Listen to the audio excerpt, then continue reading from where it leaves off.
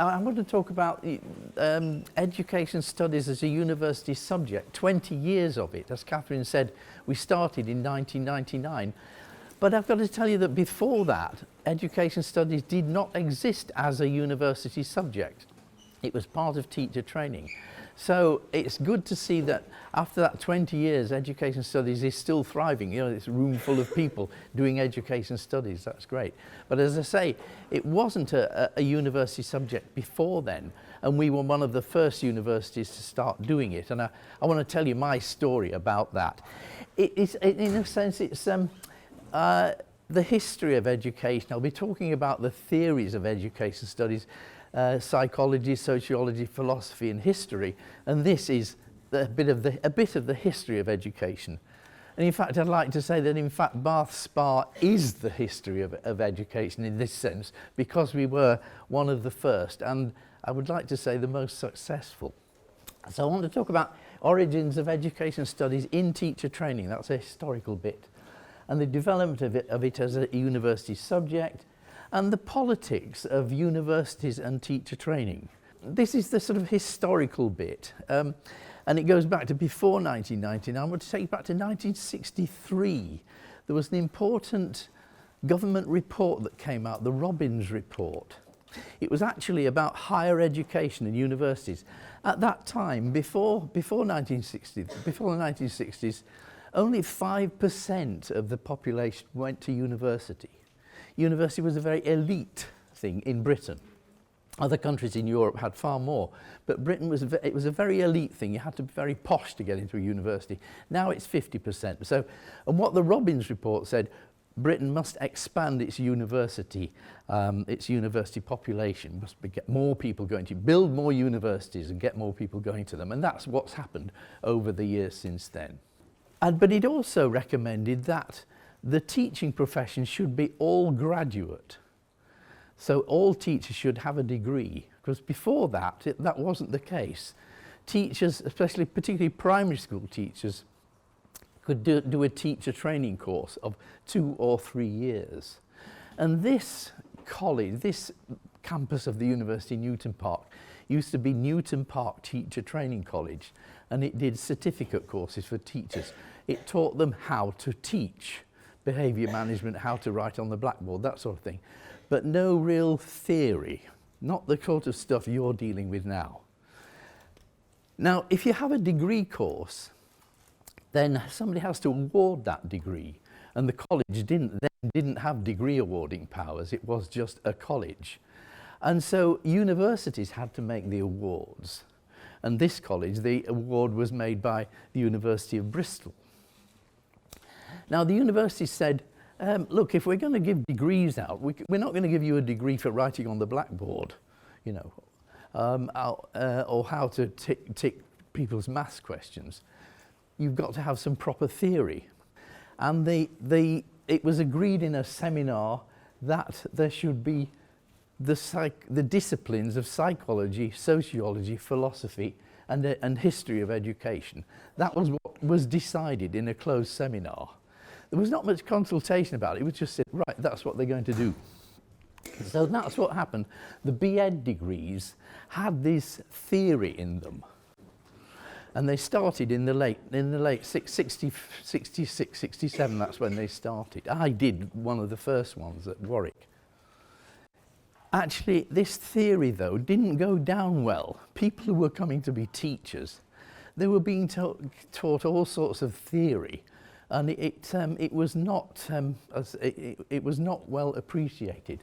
The trouble was that the colleges which were teaching these degrees, like this one, didn't really have any proper psychologists, sociologists, certainly didn't have philosophers and historians.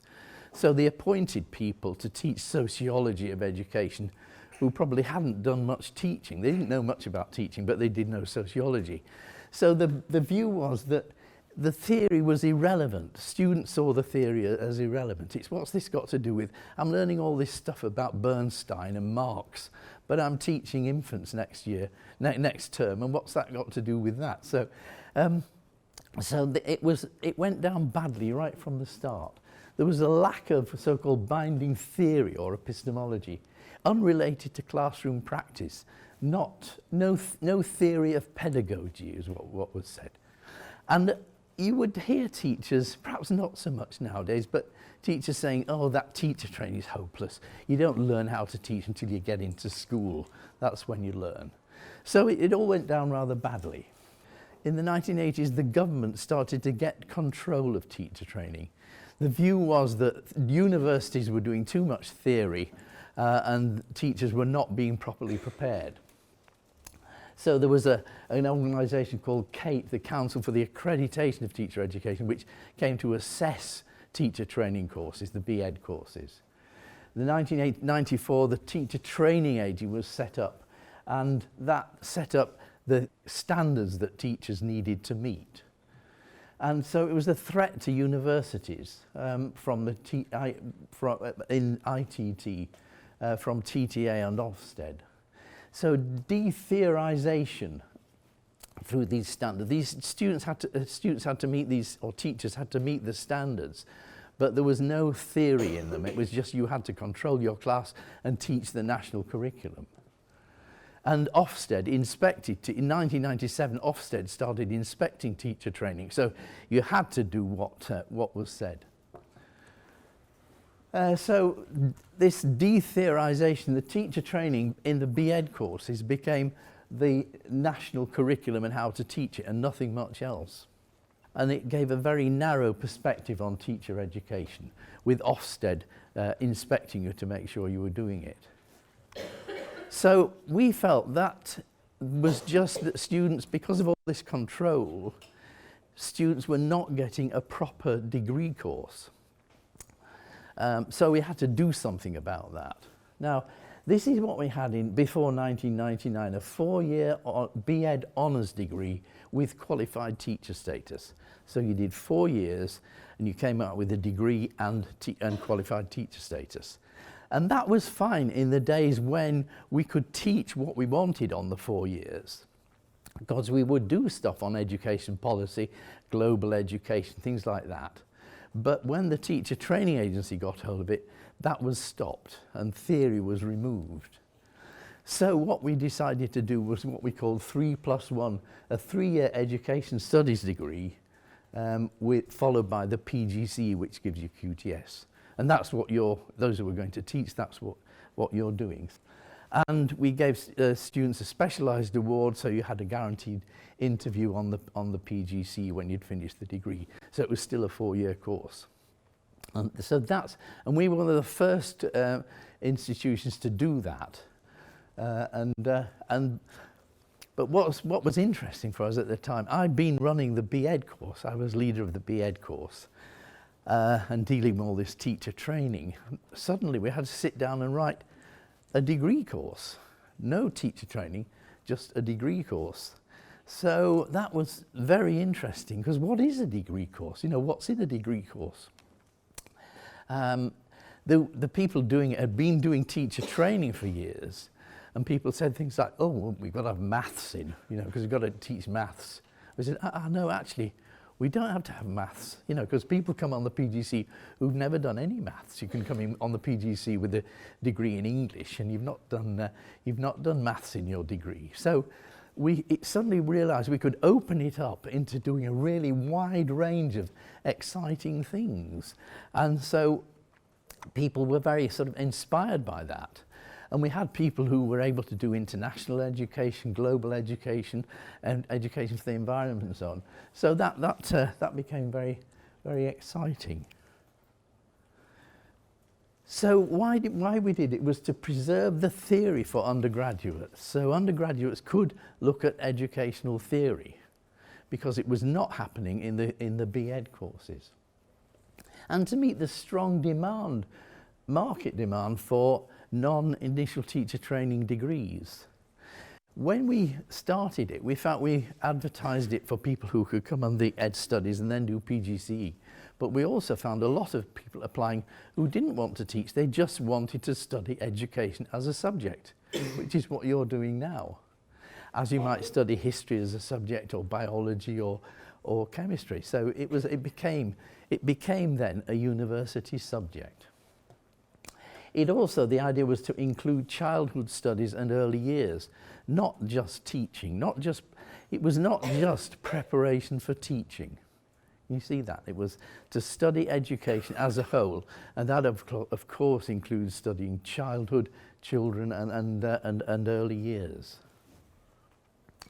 So what we thought were the key features of a university education is that you should, as Catherine was saying this morning, critical analysis of theory and practice, understanding theory and the theory of underlying policy, debate and discussion, and understanding of different perspectives, as Catherine was saying this morning. That's what you had. Now, you just could not have that in a B.Ed course, in a 4-year B.Ed course. The government standards precluded it, and Ofsted came along to make sure that you weren't doing it. So it was very clear. So we it was a kind of escape movement, really. We wanted to get away from this control and standards so that we could actually teach the interesting stuff about education that we all knew and we thought education studies students should know. So the new university subject we saw having a wide range of perspectives on education, international education, global perspectives, radical education, what about de-schooling, childhood studies and early years, and critical analysis of theory, practice and policy. So that's what the new subject was to deliver. And back to those disciplines as they were, psychology, sociology, philosophy, history, and I've got to say economics. You need to know some economics now. Schools are now set up to be businesses and to compete with each other. It's called neoliberal education policy, competition, where the market and competition makes everything work. And that's what the government thinks. It thinks that if everything's in a competitive market, it'll be better. It's really good for making motor cars. You know, Ford used to be pretty ropey cars, but they had to be in competition with Volkswagen, who were screwing them together better. And so they had to start screwing their cars together better and making them better. So the idea of competition works in industry, and it's being applied, as Catherine said, to education and to the health service too. When we started up education studies in the late 90s and 2000s, there was some reluctance to use the disciplines. And I think that was because there'd been that history of them being seen as irrelevant in teaching, in the teacher training degrees. And so people running B.Ed degrees in education studies degrees in some universities were saying, we don't really do that. We don't do sociology. It permeates things, but we don't tell them it's sociology. So there was a tendency to not have, and to argue that education studies is its own discipline. We don't need other disciplines. It's its own discipline. Well, I want to argue that actually that if you do get down to theory, you do need, if you're learning about learning, you do need to know some psychology. If you're learning about the social effects on schools and children, you do need to know some sociology. And it's best, and if you're really asking questions about education, why is education as it is? What is education? That's a philosophical question. So we do need these disciplines. History, you need to understand where, I'm very keen on the idea, you need to understand where things come from. How have we got to this point? So history of education does this. And as I say, we do need to know some economics too. So I think you'll be finding those are occurring. And I must say, across the country, education studies courses now tend to feature the disciplines much more strongly. So the rationale for the 3+1 to avoid inspection of undergraduate courses, because that was what was happening. We got Ofsted inspecting 4 years of students' learning, which we just thought terrible, really. It's still inspecting PGC courses because that's teacher training, but Ofsted should not be inspecting undergraduate degree courses. and telling universities what they should teach. Because you know, that's the feature of university knowledge, that universities, the government can't tell universities what to teach in its courses. That's an interesting thing. There's the national curriculum for schools, but for universities, the government does, under the education bills, has no powers over what universities actually teach. We can teach what we like, but actually we have to teach what people will come and do. You know, if you want to teach a philosophy degree, you'd need to get students to come along and do it. So we are free to teach within the subjects what we like, which is nice and good for staff, good for students. So the benefits of the 3+1 is that you get a proper degree course, and we're separating theory from training. Now, I don't know what you think about this, but my experiences of all the years working with the 4-year degree, the 4-year QTS B.Ed degree and education studies, we felt that in the B.Ed degree, when we did theory, people didn't really want to know about theory. They wanted to know about how to get on with their teaching practice next term. So there was always this resistance to it. In education studies, you don't need to worry about teaching and your teaching practice. You can get on with studying the subject as a university subject and all the theory of it that you need. Does that make sense? You see, you can, and think, you've all chosen to do this, so I hope you're finding that it is better. Because you could have applied for a 4-year QTS course. Did anybody think of that? Anybody look at that? Some universities are, Worcester, University of Worcester, Winchester, they're still running B.Ed courses, Derby. So education studies runs along, they're doing ed studies, but it runs alongside a QTS course. What we have is increased career options. The great thing about 3+1 is you can decide at the end of 3 years what you want to do. You might come in really desperate to be a teacher and then think after 3 years, actually, I don't think I do want to do this. And you can go off and do something else with your degree. You may have decided, I don't want to be a teacher, but you come into it and you learn about it and you decide, yes, I will. Because that's what we found in the early courses, that students who come on to do the PGC and be a teacher decided they wouldn't, and others who didn't think they wanted to teach but then get inspired to do it and do it. So there's sort of crossover in that way. We started it in 1999, and over the next few years a number of universities degree. I think there are 80 universities now, but it gradually started in different universities. And everybody sat down and wrote their own programs. They all sat down and said, right, we're doing a degree course of what we're having. It was like that. There was some guidance. There's something called the Quality Assurance Agency, which is a sort of like Ofsted for universities, but it's not really that. Well, it issues benchmarks on what should be in a subject, but they're very, very generalised, and there's no observing people or anything like that. So it said in the 2000 benchmark, it should be an intellectually rigorous study of educational processes and the cultural, political and historical context within which they're embedded. So that's all it had to be. It just had to be something like that. There was no other restraint or guidance. It was in the early 2000s when we'd started the course here, and I realised other universities were doing the same thing, writing degree courses. I and a couple of other colleagues thought we ought to get together, the universities ought to get together and talk to each other about what we're doing, you know, what works, what doesn't work.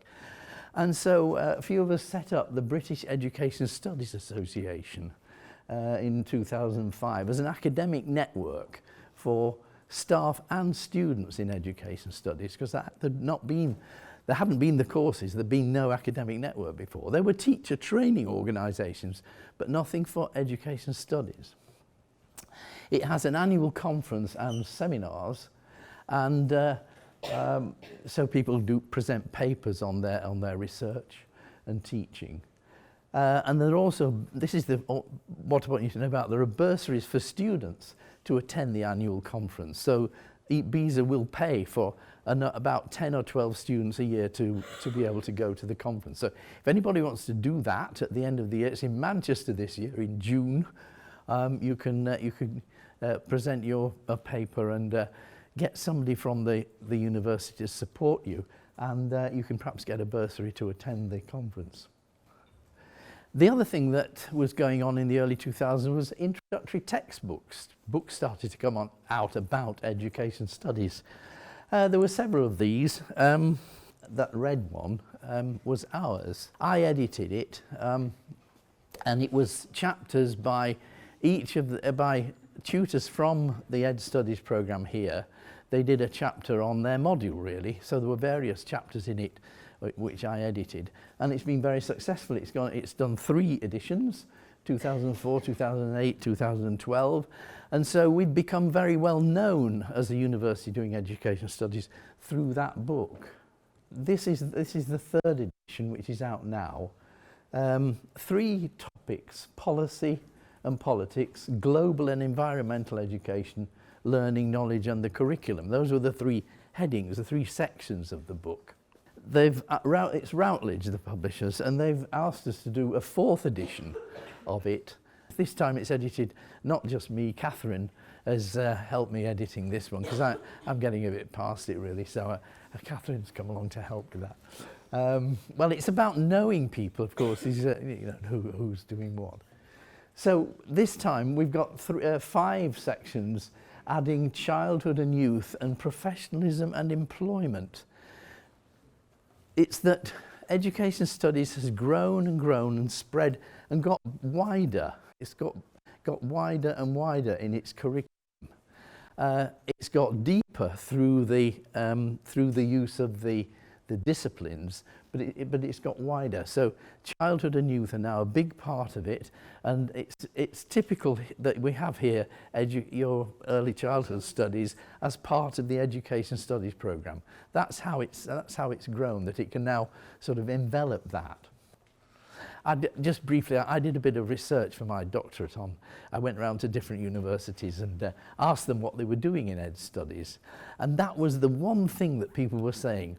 The single thing was that it's critical in theory, but it's not teacher training. Well, so I think there's been a tendency to neglect the professionalism that you need, because if you're going on to a teaching course or to work with in early years settings, you do need some professional understanding and knowledge, and that's what you have that in your course, don't you now? There's a work experience module. So I think there's now more, it's grown to be more about professionalism and employment than it was before. Just to briefly, just to go through the heading, the chapters in the new edition. Education policy and marketisation, that's Catherine and I have done that. Education and social justice, that's Catherine's chapter. Race, ethnicity and education in England, that's Charlotte Chatterton. Gender and work, Christine Eden. Is Christine coming to do? Yes, Christine Eden is coming to do intersectionality with you. So, education and social mobility is Richard Riddell, and Christine's done the education intersectional approach to achievement and inclusion in mainstream primary schools. Some are not from Bath Spa this time because of the British Education Studies Association, BESA.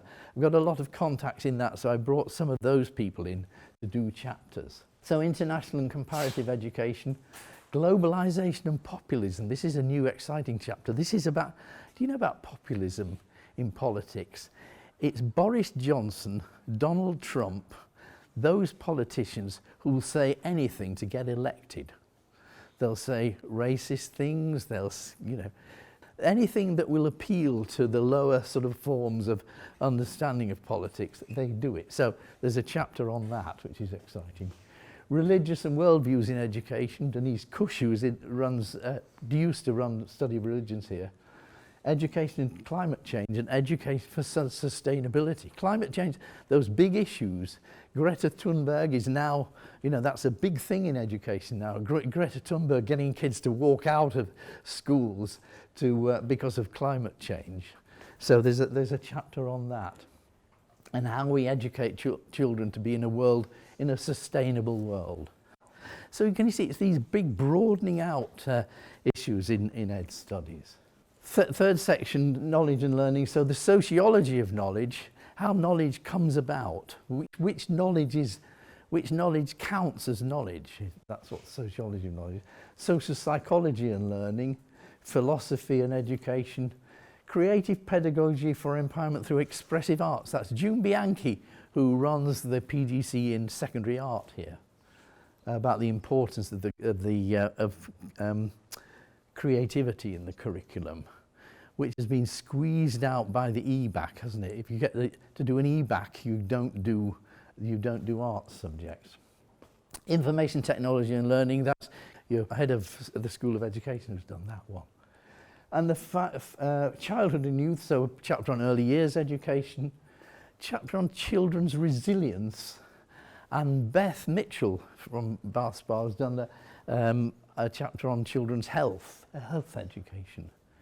And the last little section, the one on work-based learning and professionalism, that's Catherine has written that on work-based learning in the degree course, and Jim Horden and Kendra McMahon have written one on professionalism. So so that's the additional section.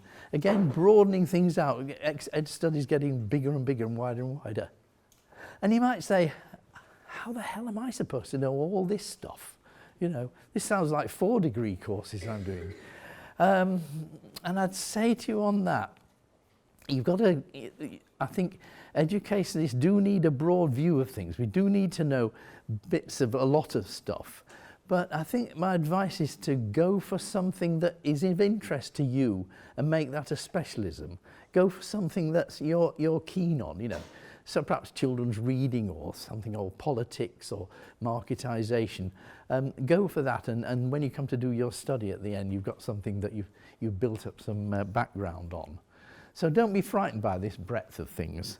And let's, because there is a bit of a tendency, in universities to say, I do medieval history and I don't know about anything else. That's it, I'm a specialist in that. I think that doesn't work for ed studies.